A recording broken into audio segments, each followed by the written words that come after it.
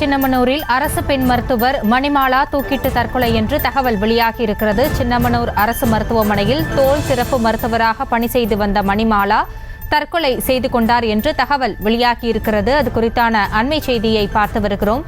சின்னமனூரில் ஜவுளி கடை நடத்தி வரும் மணிமாலாவின் கணவர் மணிகண்டனிடம் விசாரணை நடைபெற்று வருகிறது. அது குறித்தான அண்மை செய்தியை பார்த்து வருகிறோம். அரசு பெண் மருத்துவர் தூக்கிட்டு தற்கொலை செய்து கொண்டார் என்ற அண்மை செய்தியை பார்த்து வருகிறோம்.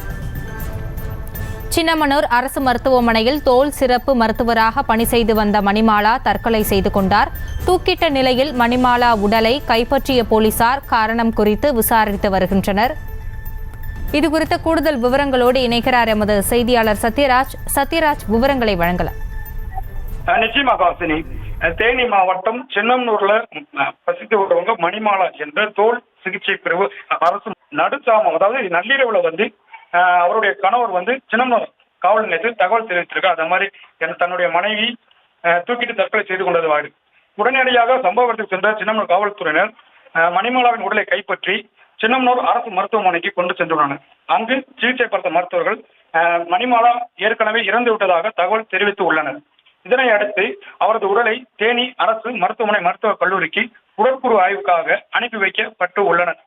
அதனைத் தொடர்ந்து அரசு மருத்துவர் தூக்கிட்டு தற்கொலை செய்து கொண்ட சம்பவம் சின்னமனூர் பகுதியில் பெரும் சோகத்தை ஏற்படுத்தி உள்ளது.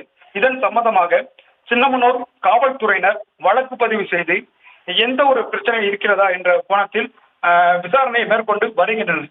இதனால் சின்னமனூர் பகுதியிலும் சின்னமனூர் அரசு மருத்துவமனை பகுதியிலும் பெரும் சோகத்தில் ஆழ்த்தி உள்ளது. இதனைத் தொடர்ந்து தற்போது தேனி அரசு மருத்துவமனை மருத்துவக் கல்லூரியில் உடலானது வைக்கப்பட்டிருக்கிறது. அவரது உறவினர்கள் வருகை தந்து ஏன் இறந்தார், அதற்கான காரணங்கள் என்ன என்று காவல்துறையினரிடமும் அவருடைய கணவரிடமும் விசாரித்து வருகின்றனர். இந்த சம்பவம் சின்னமனூர் பகுதியில் பெரும் சோகத்தை ஏற்படுத்தி உள்ளது. ராசினி, செய்திகளை உடனுக்குடனும் துல்லியமாகவும் தெரிந்து கொள்ள சப்ஸ்கிரைப் பண்ணுங்க.